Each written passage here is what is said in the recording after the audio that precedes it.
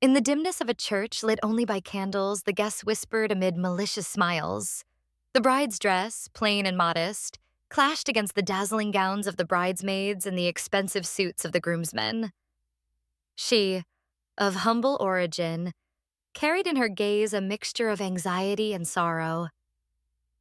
After all, it wasn't only the stares that pierced her, but the cruel remarks spreading like venom among those present.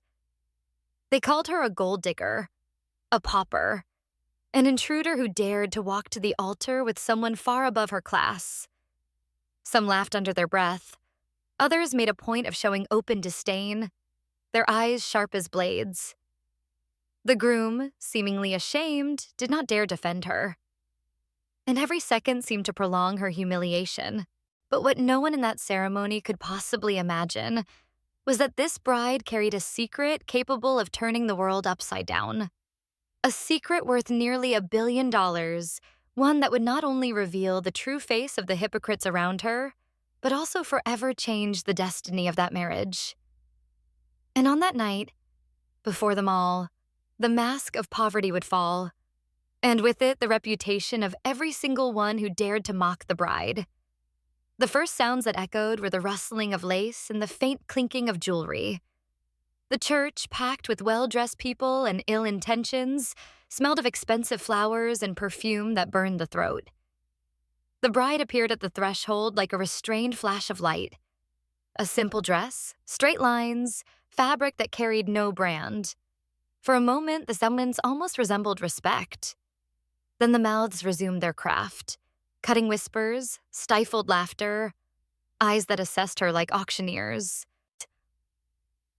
"Looks like a clearance dress," murmured the woman in the feathery hat, not even trying to hide her disdain. "She probably put it on a 12-month payment plan," replied another, fanning herself with the ceremony pamphlet as though swatting invisible flies. The bride kept the rhythm of her steps, 1, 2, 3, as if crossing a corridor of blades. She noticed the photographer, hired by the groom's family, angling the lens away whenever she drew near. She noticed, too, the priest adjusting his stole, anxious to begin and finish. The groom, waiting at the altar, wore a polite smile fit for a watch advertisement. Handsome, polished, distant. He did not look at her fully. His eyes stopped at the cheap veil, the empty hands, the absence of sparkle. She noticed, swallowed, continued. The front pews were a zoo of glossy pelts, politicians, businessmen, club friends. The groom's mother sat at the center like on a throne, her dress glittering with every breath. When the bride passed, her eyes did not follow. They weighed.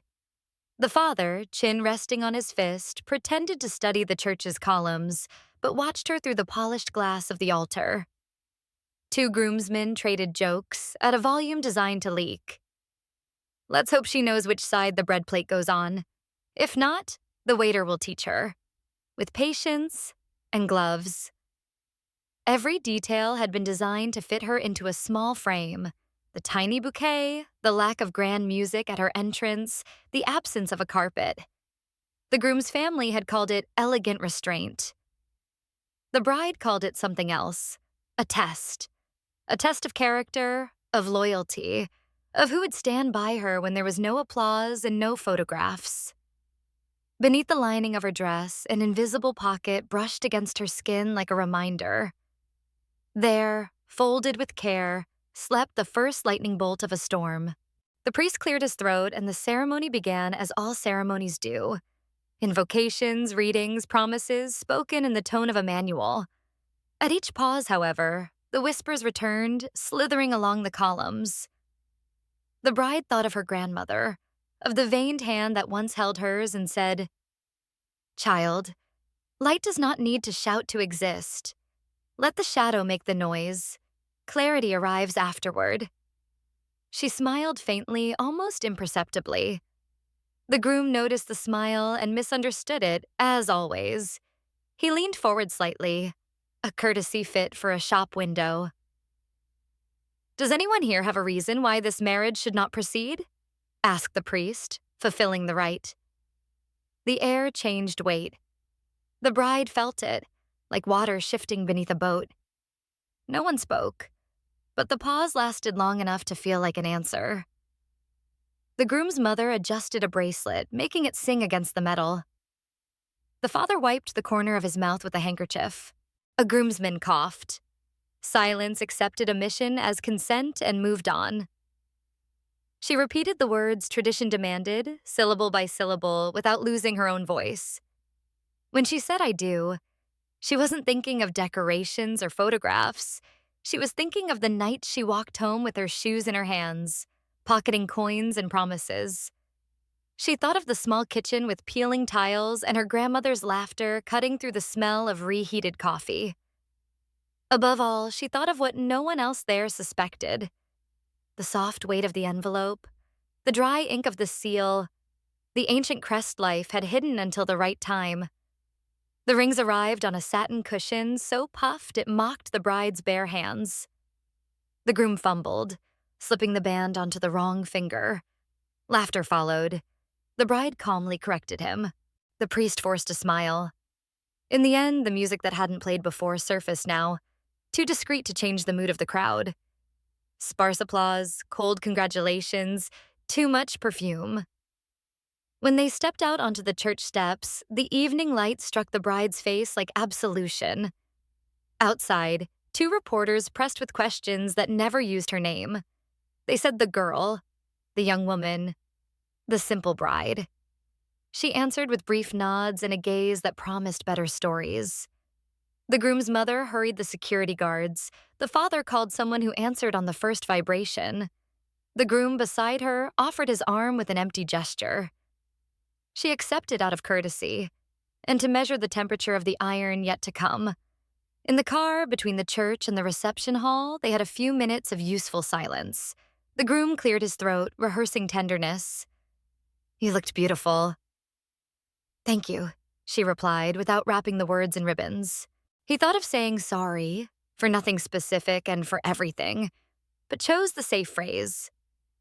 "The reception will be memorable." "It will," she agreed, staring at her hands in her lap. For the right reason. Outside, the city lit up. Inside, the secret pocket pulsed like a borrowed heart. The bride closed her eyes for a moment and heard her grandmother again. "When the time comes, don't raise your voice. Raise the facts." Then she opened them, laid her hand on the fabric, and set her own timeline. First, endure the last act of the charade. Then, pull the pin. Between the two, breathe. In the hall, chandeliers hung like constellations, waiting for her entrance. There would be champagne, speeches, more laughter. The malicious mouths believed they had won the game before the first toast. The bride crossed the doorway with measured. The hall looked like a city of glass. Everything glittered, but any false step could shatter reputations. Chandeliers spilled golden light over immaculate tables. Every flower arrangement calculated to the millimeter. Every napkin folded with surgical precision. The bride stepped into the scenery as if crossing a minefield. The master of ceremonies announced the couple with the voice of an old radio. Disciplined applause followed, not out of joy, but protocol. The groom's mother wore her smile like another jewel on her face, yet it never reached her eyes. In them shone a metallic certainty. She controlled the board. The head table was a trench. To the left, relatives who knew the price of everything and the value of nothing. To the right, friends who exchanged favors as easily as business cards. The groom's father, occupying the moral center of the group, exuded security borrowed from money. He tapped his ring against the wood, tick, tick, tick, marking a rhythm that said, "I decide when this ends." The bride understood the language of gestures, a waiter receiving a look that meant don't serve her first. A cousin adjusting his jacket to display his watch. A family friend leaning close to whisper measured poison. "She doesn't even know which wine pairs with the first course," murmured the woman with the stiff hairstyle. "She doesn't need to," replied another, with a thin laugh. "It will pair with silence." The photographers circled, but it was as if their lenses had rules. They focused on the mother, the father, the groomsmen, and their silks. When the bride entered the frame, there was a subtle tremor, a cut, a convenient distraction. She noticed, and answered it with quiet dignity, straightened her posture, placed her hands on her lap, lifted her chin a degree. Invisible remains only the one who accepts being so. The preliminary speeches began as polite commissions. An uncle celebrated the union of two families of different traditions, which in that dictionary meant she must learn our rules. A cousin lined up hollow adjectives, graceful, sweet, diligent, as if describing a candidate for employment. The groom laughed silently, a poorly trained muscle obeying contradictory orders. The bride listened to each word, cutting them apart inside and storing them in a box of evidence. Meanwhile, discreet messages arrived on the phones of the most important men. An aide to the groom's father sent numbers, graphs, reminding him of a critical meeting on Monday. The father replied with a blue thumbs up and a full stop, satisfied to extend his gravity into every space. The bride saw the reflection in her glass, the glow of the notification, the tightening of his jaw. She remembered another glow, smaller, the dry wax seal beneath her dress. Light preserves memory. Then came the time for official photos. They piled people around the table like living trophies. Now the groomsmen. Now the uncles. Now the groom's family. When they called for bride and mother of the groom, a rehearsed silence settled. They approached like actresses who despised each other off stage. The mother rested her hand on the bride's arm, too lightly, contact of pity to avoid stain. She whispered between clenched teeth, "You're doing well. Stay discreet. Discretion suits you." "Discretion suits great truths," the bride whispered back. The mother smiled for the camera as if she had heard a compliment. Photographs are generous with those who lie without blinking. The aunts formed a Greek chorus. They recalled cases, made predictions, consulted invented horoscopes. She won't last. He'll yield. The father will solve it. The mother commands. One of them, a collector of other people's marriages, fired her line. "Love is pretty, but business is eternal." "Eternal until the next audit," murmured the bride to herself, testing the weight of the word in her mouth. Audit. A hammer that doesn't need a stage. When the first course was served, the waiter hesitated between mother and bride. The matriarch's look sliced the air. Mother first. The waiter obeyed. The bride thanked last and ate slowly, like someone studying the map of an enemy city. She recognized flavors trained to impress, truffles, reductions, foams, and thought of her grandmother's thick soup, sustenance without pedigree. It wasn't nostalgia, but grounding. Those who know where they come from don't get lost under chandeliers. Between courses, the father opened a small velvet box and handed the groom a family pin, an old piece engraved with a crest. The gesture carried the delicacy of a threat. "You belong to this," said the metal. The bride saw the symbol and felt the echo of the seal on her hidden envelope. Another crest, older, less vain, forged for documents, not lapels. Two worlds of seals, one to ornament egos, the other to close secrets. The master of ceremonies approached the microphone, consulted the schedule with Maestro's fingers, and announced, "In a moment we will have the toasts." The words spread like expensive perfume. The groomsmen stretched their inner voices. The bridesmaids warmed their smiles. The mother sharpened phrases she had rehearsed for weeks. The groom cleared his throat. The bride sipped water and counted to 7. She knew that there the theater of mockery would begin. She also knew the next act belonged to her. Before that, however, the mother claimed an unofficial word. Without microphone, but with the authority of one who doesn't need it, she raised her glass in the small circle at the head table. "I thank you all for being here. May we guide the newlyweds with experience." She paused, looked at the bride, and with refinement. Calibrated laughter rang like ice against crystal. The bride nodded, impeccable, as if accepting an offer she would return with interest. The entire hall seemed to lean toward the collective laughter, that cruel catharsis where the community reaffirms hierarchies under the pretense of humor. Yet something began to falter in the mechanism. A waiter spilled a drop, a light flickered, a song came in half a tone flat. Tiny cracks where truth usually seeps. The bride felt the hidden envelope brush her skin, a breeze of paper. She drew a deep breath, anchored her heart, aligned her inner clock with the outer one. When the master of ceremonies finally called the first groomsman to the microphone, the bride smiled. It wasn't surrender. It was countdown.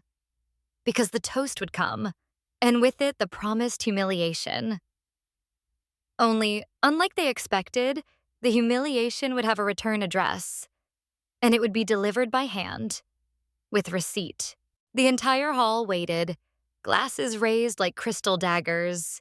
The master of ceremonies called the first groomsman, who walked to the microphone with the confident stride of someone who believed the night belonged to him. His face carried a rehearsed smile, the kind that hides venom on the tip of the tongue. "My friends, we are here to celebrate an unlikely love," he began theatrically. "And what greater proof of love than to renounce comfort in order to embrace the unexpected?" A calculated pause, his eyes fixed on the bride. "May this marriage teach our dear newlywed how to use silver cutlery without fear, and may she discover that champagne does not mix with soda." Laughter spread through the hall like fire in dry straw. They weren't laughing at the joke. They were laughing at the permission to laugh. The groom's mother clapped delicately, each clap a sentence. The bride remained motionless, eyes locked on the groomsman. There were no tears, no rage, only a cutting silence. The groomsman, sensing the coldness of that stare, swallowed hard and ended his speech sooner than planned.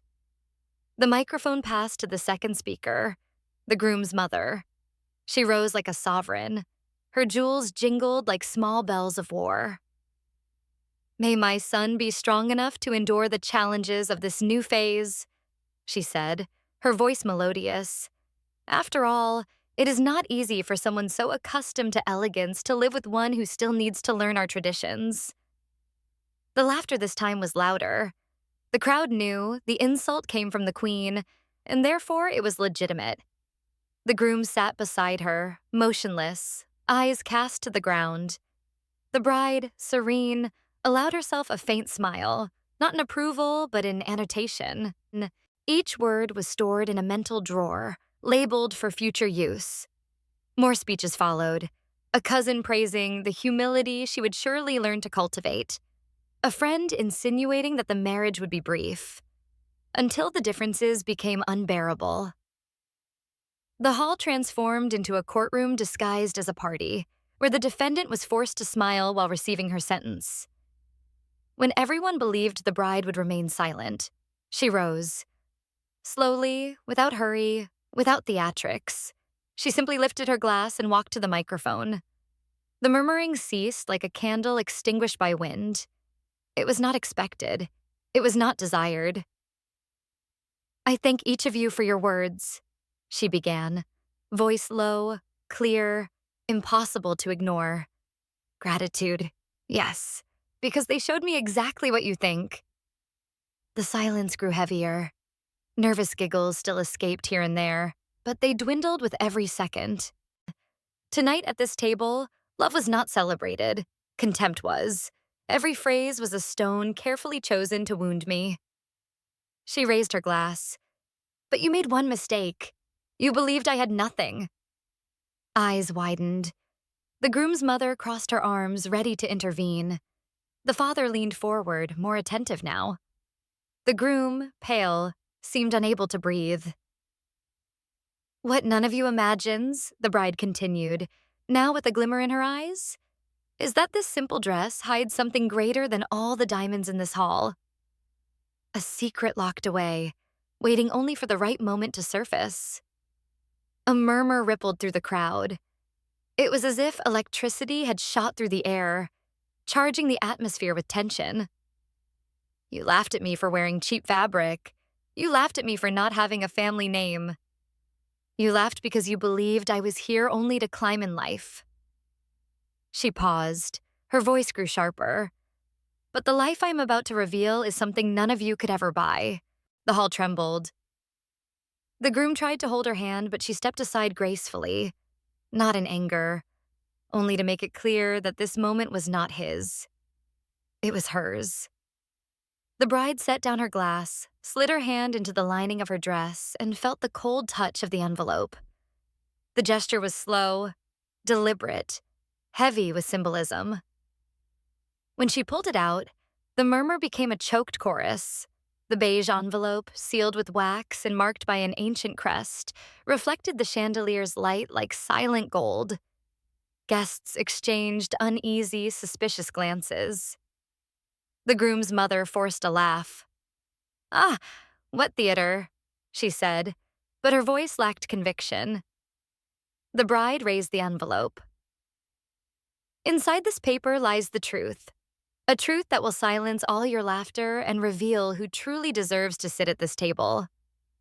The hall hung suspended, the air locked in every chest. Some leaned closer to see, others instinctively pulled back, as though sensing the explosion to come. The bride returned to the microphone, envelope in hand. "Today will not be remembered as the day I was humiliated," she said, fixing her gaze on her in-laws. "It will be remembered as the day the truth was revealed." The atmosphere turned to gunpowder. One spark would be enough to set it ablaze. And when her fingers touched the wax seal, the entire hall understood. The game of humiliations was over. The next act would be a verdict. What was about to emerge from that envelope would not only change the course of that night, it would change the course of every life in that room. And no one, absolutely no one, was prepared. The sound of the wax seal breaking was far too loud for a hall so full. A sharp crack, like a knife through ice. The red wax split into 2 petals, and the crest, an ancient sun encircled by 3 stars, shattered as though releasing something that had been imprisoned for decades. The bride withdrew a bundle of papers with the precision of a surgeon. The paper did not tremble. It was the audience who shook. "Documents of the Lumen Foundation," she said, her voice clear, effortless. "Fiduciary transfer agreement number?" She read each digit with mathematical precision. "As of today, I am the sole curator and beneficiary of $950 million. She paused. "And I now hold a majority seat on the boards of 4 companies, including one you all know very well." The hall gasped. A glass slipped from someone's hand and shattered in a scream of crystal. The groom's father turned pale, as though the chandeliers themselves had drained the blood from his face. The mother, rigid, forced a smile that no longer obeyed her brain. The groom lifted his hand to his mouth, a muttered no that could have been admiration, fear, or regret. "This is a farce," the mother ventured, but the phrase died mid-air with nowhere to land. The bride raised a second paper, a yellowed letter, handwritten, ink that seemed both recent and ancient. "My grandmother." Her gaze softened yet stayed firm. "I let you grow without crowns so you would learn to walk with your head held high. Whoever calls you poor reveals their own bankruptcy." She folded the letter with care, but when she turned back to the audience, the tenderness was gone. Only steel remained. From the envelope came a pale dossier, stamped with a logo that made several men sit straighter.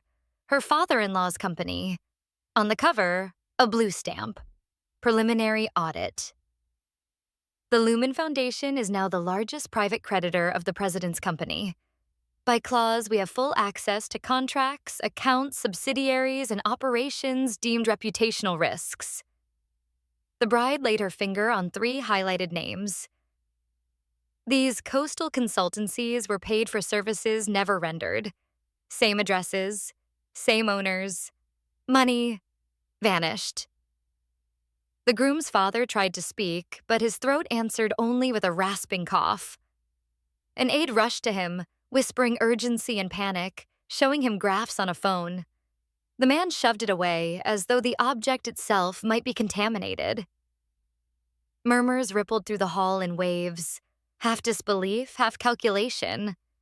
Humiliation, which until then had one target, began seeking other faces.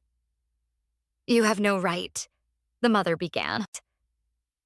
"Yes, I do." The bride didn't even raise her tone. "And more, I have the right to veto any operations that compromise the fund's integrity. Today. Here." She clapped her hands once. The side doors opened. Two auditors entered discreetly, clad in gray suits, carrying metal briefcases. A documentation technician set up a portable scanner on a sideboard, connected to a small printer that hummed conspiratorially. The master of ceremonies, without a script for this, stepped back. The waiters froze with trays suspended in the air, like statues paid by the hour. "This is a wedding," squealed an aunt. "And it is also a social contract," replied the bride, sharp. "Those who laugh in public can answer in public." On the large screen, once reserved for childhood videos, 3 contracts now glowed in yellow highlight. The first showed a strategic consultancy created just 6 months earlier. The second, a market study with passages copied directly from a free online report.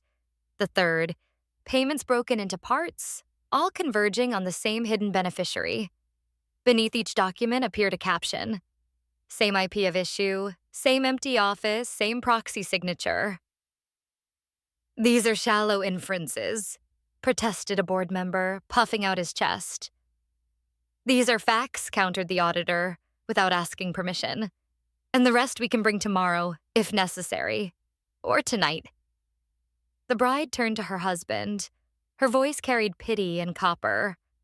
"Quick question. Did you know?" He hesitated. "Not like this," he admitted. "Small." "Like this is the only way it exists," she cut him short. "Everything else is euphemism." The mother rose for one final attack. "You're destroying my event." "Your event was the jokes," the bride replied without a drop of anger. "Mine is the truth." Then she unveiled the last document from the bundle, a prenuptial addendum signed just days before, notarized and witnessed. Total separation of assets, unrestricted autonomy over the fund, protection against family interference. "I married a person," she said, turning to the groom. "Not a surname, and not a board of directors." Some applauded reflexively. Others pretended to look for the bathroom so they could make phone calls. A few decided, right there, to change sides. The groom's father, squeezed between pride and the abyss, tried to negotiate. "We can talk later." "Later than what?" she pressed, relentless. "Later than when the contracts vanish? Later than when the ghost invoices burn?" "No, it's now." On the screen appeared a timeline. 72 hours to return funds, immediate termination with the shell companies, extraordinary board meeting under the foundation's supervision. The printer chattered nervously, spitting out commitment terms, each carried one by one to the head table. The fountain pens, once destined for the guest book, now had another purpose. "Scene," the bride requested, without theatrics. And there was something almost religious in the simplicity of her demand. "And then we toast. A toast to a love that is not complicit in rot." The father signed, jaw like iron. 2 board members followed, diminished. The mother kept her arms crossed, defeated only by the hall's disciplined silence. The groom held the pen last, looking at her, and for the first time seemed to truly see. Not the girl in the simple dress, but the woman with the envelope of iron. "I should have spoken for you," he murmured. "It was never for me," she corrected. "It was for you. Before the man you claimed to be." The scanner beeped. The terms were digitized and sent. The technician displayed a green check mark on the monitor. A final seal. The bride exhaled. So did the hall. But it was a new air. Heavier for some, cleaner for others. Now, yes, she said, raising her glass again. We may toast. And the toast, when it came, no longer carried the laughter of mockery. It carried the sound of a fall. Because there, between paper and light, an empire discovered that no chandelier can shield against truth.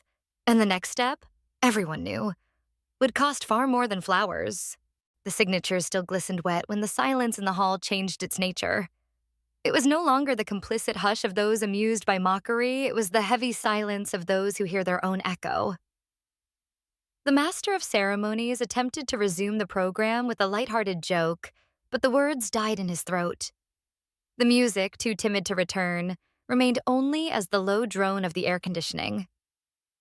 And then the groom's mother, more out of habit than conviction, raised her glass for a belated toast. She found no audience, only mirrors. Enough, said the bride, with tenderness that sounded like a verdict. Tonight there is no space for rehearsed phrases. There is space for choices. She turned to her husband. He no longer looked like the polished man from the altar. He looked like a boy who had just discovered that courage cannot be bought at a mall. He took one step, then another, stopping at the distance of a truth. I was a coward, he confessed, stripped to flourish. I left you alone so I would not be left alone, and I don't want that anymore. His mother tried to drag him back with her gaze, but his eyes had chosen another direction. The bride, in turn, offered no easy comfort. Words are not enough, she said. The I do we exchanged earlier was for the registry. I need the I do that breaks mirrors. He looked at the entire hall, at the groomsmen, at the chandeliers that recorded everything. He stepped onto the small platform at the microphone, inhaled as if diving, and spoke. I choose my wife. I apologize to her, and to those who were targets of ridicule here tonight. I renounce any protection that demands silence in the face of wrong. And from today on, my name will no longer be an umbrella for someone else's storm. There was no immediate applause, for true courage always comes with delay. But the groom's father lowered his head, a rare gesture. And the mother, out of place in her custom, lowered her glass. The bride nodded. She did not smile. She recognized. This is the beginning, she said. Now comes the rest. The rest had a schedule. The auditor returned with a clipboard, set times for the extraordinary board meeting, listed documents to be delivered to regulatory bodies. With each item, the old world lost a step. The bride did not celebrate.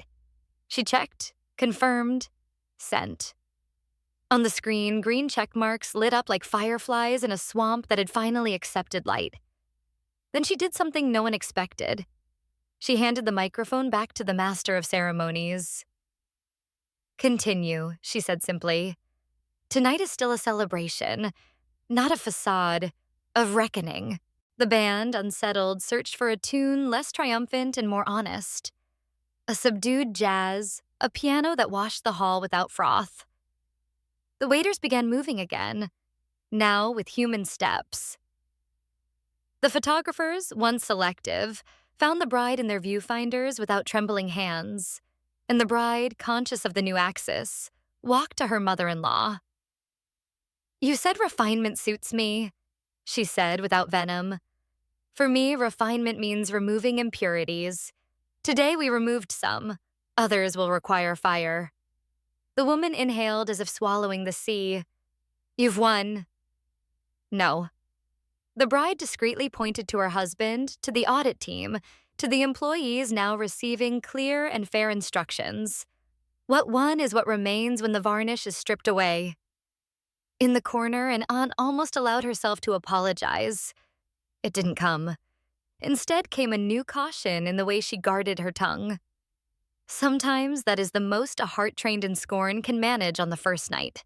The cutting of the cake, once meant for staged photos, gained a new script. The bride called the kitchen staff, names that almost never appear in albums, and thanked them one by one. For the first time, the flash pursued her without training. There were real laughs, small but real. The groom, tentatively, followed her lead, apologizing to a waiter he had earlier dismissed with a glance, shuffling the invisible deck of hierarchies. When the clock struck the hour when parties began to stumble, the bride asked for one last word. Not at the microphone. In her husband's ear. "I'm staying," she said. "But I stay with clauses. Truth above comfort. Alliance without gag. And if one day you falter, remember, there's a lighthouse in the pocket of my dress. I do not walk in the dark." He nodded with a quiet joy that did not dare to make noise. He touched her shoulder like someone asking permission. "Shall we dance?" he asked, and the question carried nothing of possession. It carried the request for partnership. They danced. It was not a perfect waltz, nor did it need to be. It was an honest step. Around them, the hall relearned how to speak. The groom's father traded advice for questions. Board members traded certainties for schedules. The world had not turned saintly, but the platform was dismantled. And outside, the first note from the press came not as scandal, but as turning point. Because truth, when well told, chooses its own verbs. As they left, already in the early hours, the wind brushed the simple veil as if in affection. The bride paused on the staircase and looked back one last time. Not to lament, but to archive. The before and after divided by the crack of wax. She thought of her grandmother, of the Council of Light. She touched the empty pocket, now only fabric, and realized the envelope had fulfilled its mission. It was never a shield, but a mirror. And in front of it, no one left unscathed. Some lost their masks. She lost her fear. "Let's go," she said, offering her hand to her husband. "We have a company to fix before the honeymoon." "And a world," he added without irony. They descended the steps as if ascending. The car awaited, but there was no rush. The night at last had the right silence. Not the one that conceals, but the one that embraces. The city breathed with them. And inside, in the exact place where a wound might have fit, now fit a lighthouse. The wedding that began with laughter against ended with promises in favor. Not promises of eternity, promises of vigilance. For love grows best in the sun. And she who learned to enter a hall with an envelope of iron also learned to leave it with open hands, with no fear of what the light reveals, with no price, with no leash, with a whole "I do"